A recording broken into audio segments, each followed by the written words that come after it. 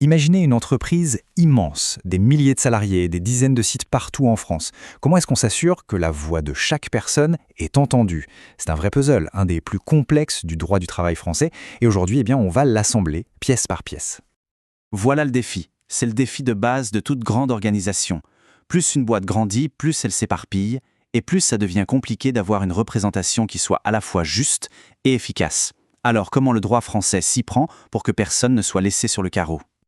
On pourrait croire que tout est figé, gravé dans le marbre de la loi. Mais en fait, pas du tout. Le système, c'est plutôt une sorte de danse permanente. Il y a un cadre légal, bien sûr, une structure, mais la vraie clé de tout, c'est la négociation.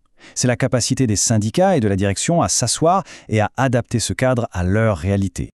Bon, alors, face à ce casse-tête, quelle est la solution? Le droit du travail a mis en place une structure à 2 étages. Un niveau pour voir les choses de près, sur le terrain, et un autre pour avoir la vue d'ensemble. Pour une PME, c'est simple. Une entreprise, un seul comité social et économique, le fameux CSE. C'est suffisant. Mais pour un grand groupe, c'est comme essayer de piloter un paquebot avec une seule petite vigie. C'est impossible. La loi impose donc une double vision. D'un côté, des CSE locaux, qu'on appelle CSE d'établissement, qui sont vraiment au contact du terrain, et au-dessus, un CSE central qui, lui, a la vision globale, stratégique de l'entreprise. Ok, super. Maintenant qu'on a la structure, on va s'attaquer à la première étape, et elle est absolument cruciale. Avant même de pouvoir élire qui que ce soit, il faut dessiner la carte, il faut définir les territoires de ces représentants locaux. C'est ce qu'on appelle le découpage en établissements distincts. Et croyez-moi, de cette décision dépend tout le reste du système. En fait, la loi a une préférence très très claire, la négociation. La voie royale, c'est l'accord collectif, signé avec les syndicats. Si ça ne marche pas, on passe au plan B, un accord directement avec le CSE. Et c'est seulement si vraiment le dialogue est dans l'impasse, en tout dernier recours, que l'employeur peut décider tout seul. Et attention, ce n'est pas une option qu'on prend à la légère. Cet arrêt de la Cour de cassation est limpide. Même quand il est en dernier recours, l'employeur ne peut pas juste claquer la porte et imposer sa vision. Non. Il doit prouver qu'il a vraiment et loyalement essayé de négocier avant. C'est une obligation de moyens, en quelque sorte. Et c'est là que ça devient super intéressant. Parce que le niveau de contrôle derrière n'est pas du tout le même. Si le découpage vient d'un accord, comme on l'a vu dans une affaire récente chez Air France, les juges sont très souples. Ils laissent une grande liberté aux signataires.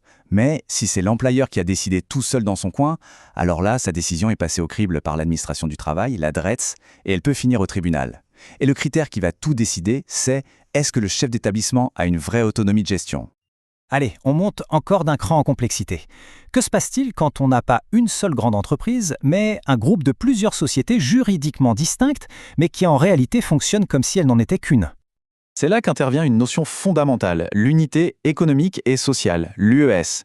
C'est un outil juridique un peu magique qui permet de regarder au-delà des apparences, au-delà des statuts.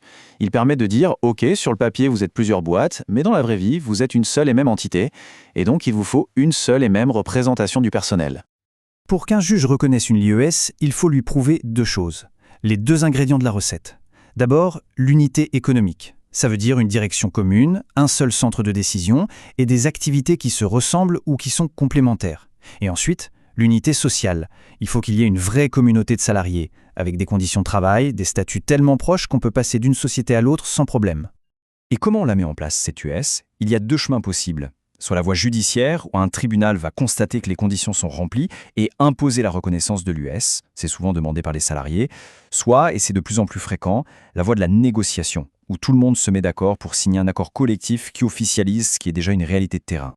Bien, une fois que la carte de l'entreprise ou de l'ES est bien dessinée, on arrive à la question fondamentale. Qui fait quoi?